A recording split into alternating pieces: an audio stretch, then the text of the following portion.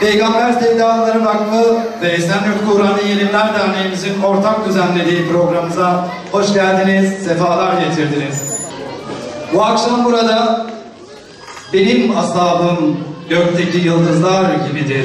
Hangisine uyarsanız hidayete erersiniz diyen Peygamber Efendimizin övgülerine mazhar olmuş ilk yıldızlardan cesur sahabi Hazreti Ali anlatılacak inşallah. أعوذ بالله من الشيطان الرجيم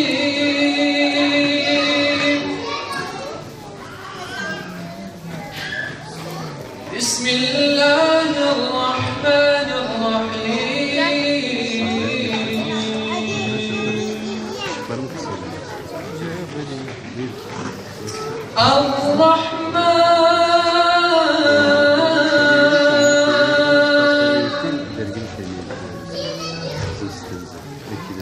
علم القرآن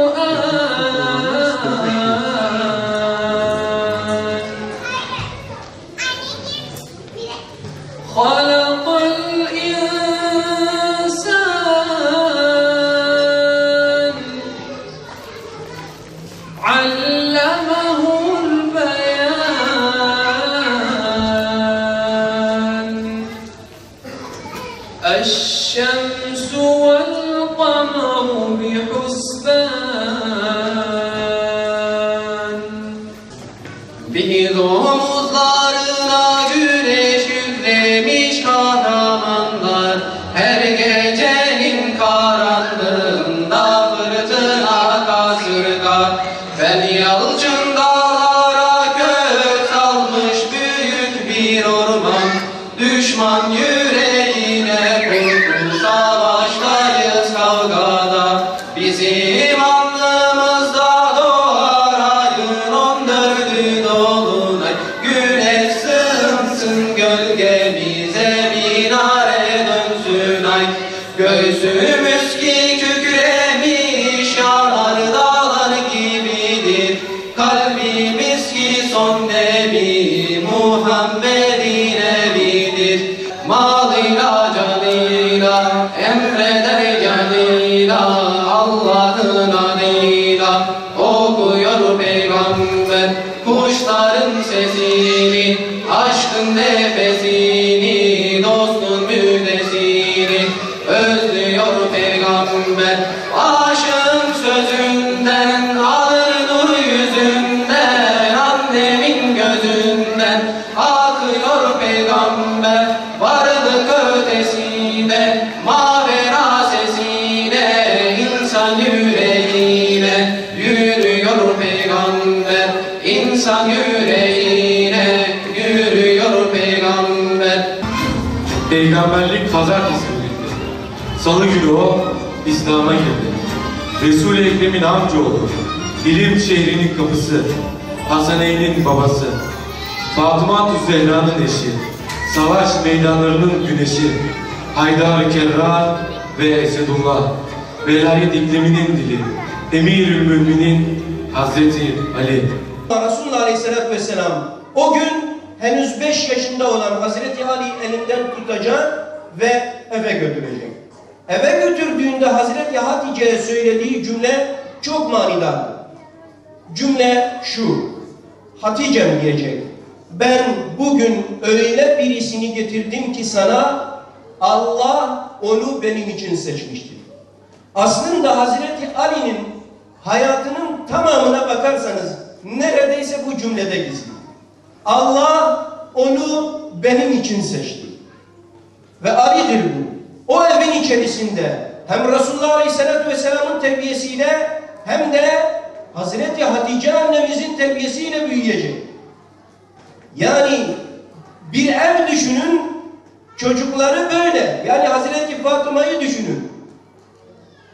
Hazreti Zeynep'i düşünün, Ümmü Gülsüm'ü düşünün, Rukiye'yi düşünün, Ali'yi düşünün. Radiyallahu anhum ecma'in.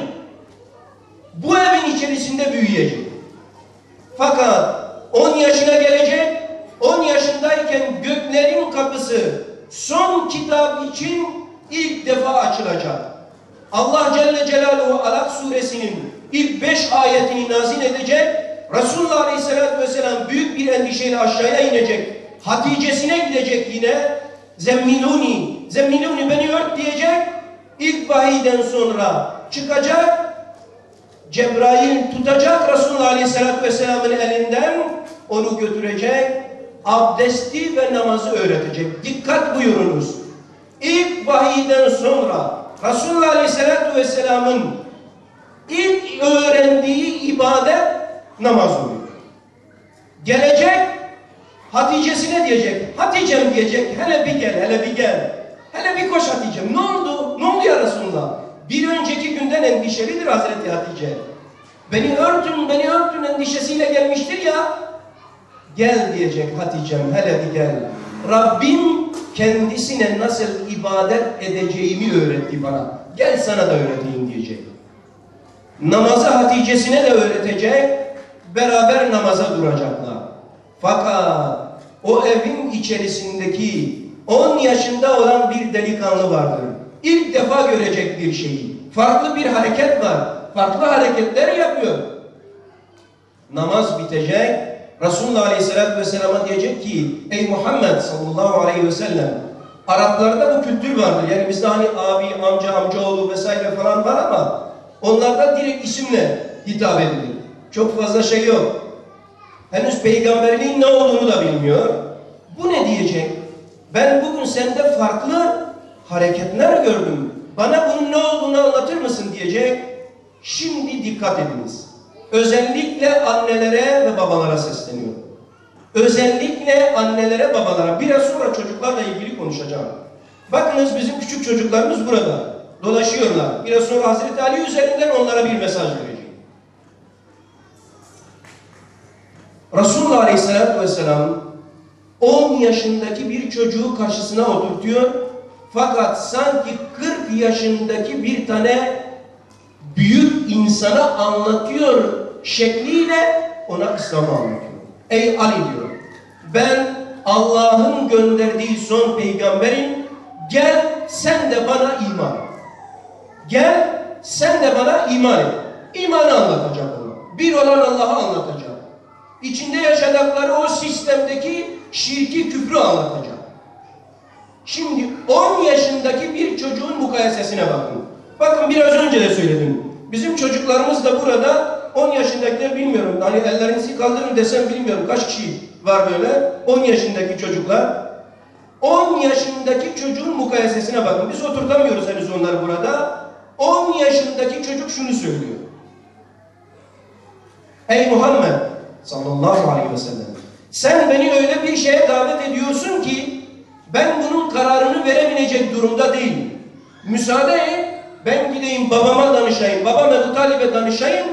Eğer o da bana onay verirse ben iman edeyim diyecek. 10 yaşındaki bir çocuğunun mukayesesi. Efendimiz sallallahu aleyhi ve sellem diyecek ki hayır ey Ali. Hayır. Şu anda bunu yayma. Ya kabul et ya da üstünü ört öyle kalsın. 10 yaşında çıkacak, yürüyecek. O gece sabaha kadar düşünecek. Sabaha kadar düşünüyor. Sonra verdiği karar şu. 10 yaşındaki çocuğun cümlesine bakınız. Allah Celle Celaluhu, Rabbim beni yaratırken benim babam Ebu Talib'e danıştı mı ki ben Rabbime iman ederken babama danışacağım? Allahu Ekber. 10 yaşında ya.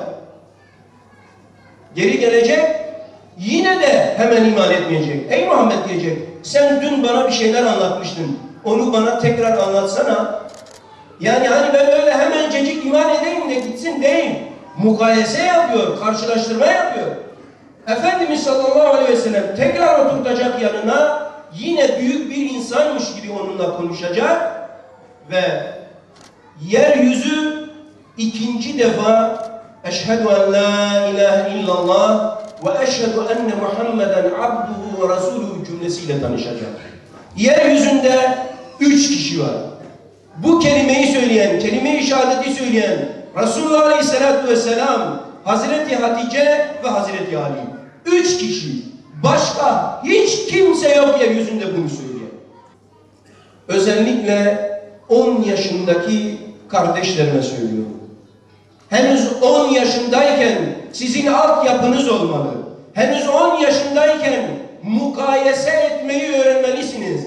Henüz 10 yaşındayken içinde yaşadığınız sistemdeki yanlışları görebilmelisiniz. Henüz 10 yaşındayken iman veya imansızlık tarafında bir karar vermeye yeterli bilginiz ve donanımınız olmalı. 10 yaşında.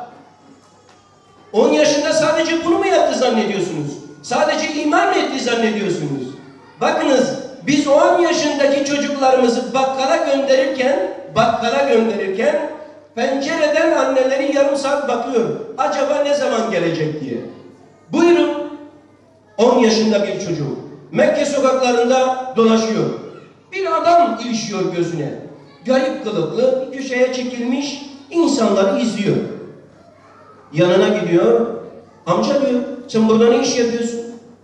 Sen sanki aç birisine benziyorsun. Gel seni eve götüreyim, sana yemek yedireyim. Eve gidecek annesi, Fatma'ya diyecek ki anne, ben bir misafir getirdim, yemek hazırla, ben ona yemek vereceğim. Kalacak yeri yoksa bu akşam bizde kalsın.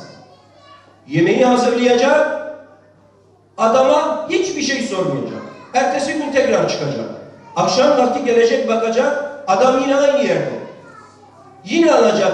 Hemşerim beni, sen sanki açtın, kimse seni eve götürmedi mi? Yok. Gel seni eve götüreyim. İkinci defa eve götürecek. Bir süre sonra, bir gün sonra yine gelecek, bakacak, adam yine aynı yerde. Eve götürecek. Diyecek ki amca, ben seni burada sanki bir iş için görüyorum. Hep duruyorsun, insanlara bakıyorsun ama kimseye bir şey sormuyorsun. Yanındaki adam diyecek ki, yeğenim diyecek, ben sana bir şey söyleyeceğim, bir sır vereceğim ama kimseye söylemeyeceksin. Buyur diyecek. Ya buralarda yeni bir peygamber çıktığını söylüyorlar. Ben onu arıyorum da bir türlü sormaya da cesaret edemiyorum kimseye. Acaba onun nerede olduğunu bana bulabilir misin diyor. Oho diyor. Sen işin merkezine gelmişsin. O benim amcamın oğlu. Gel ben seni götüreceğim. Dikkat ediniz. 10 yaşındaki bir çocuk nasıl götürüyor? Ama amcacığım bak şu anda Mekkeliler onun peşinde. Onu bulurlarsa ona eziyet edecekler. Ben senin önünden yürüyeceğim. Eğer bir tehlike yoksa, eğer beni takip etmiyorlarsa ben bir kapıdan içeriye gireceğim. Sen biraz bekle, benim girdiğim kapıdan içeriye gir. Yok, eğer bizi takip ettiklerinin farkına varırsam ben bir kapının yanında durup şöyle ayakkabımın bağlarıyla ayakkabımla uğraşacağım. Sen o zaman anla ki sen o kapıdan gireceksin. Ben devam edeceğim. Sen biraz bekle. O önünde durduğun kapıdan içeriye gir. Allah'ınızı seversiniz. 10 yaşındaki bir çocuğun siyasetine bakınız. 10 yaşında ya. Bugün 50 yaşında adamın düşünemeyeceğini düşünüyorum. İçeri götürdüğü adam kim? Ebu Zer-i Gıfari. Yerin üstü, göğün altı, peygamberler hariç Ebu Zer'den daha doğru sözlüsünü görmemiştir dediği Efendimiz sallallahu aleyhi ve sellem onun hakkında öyle söylediği adamı imana taşıyacak.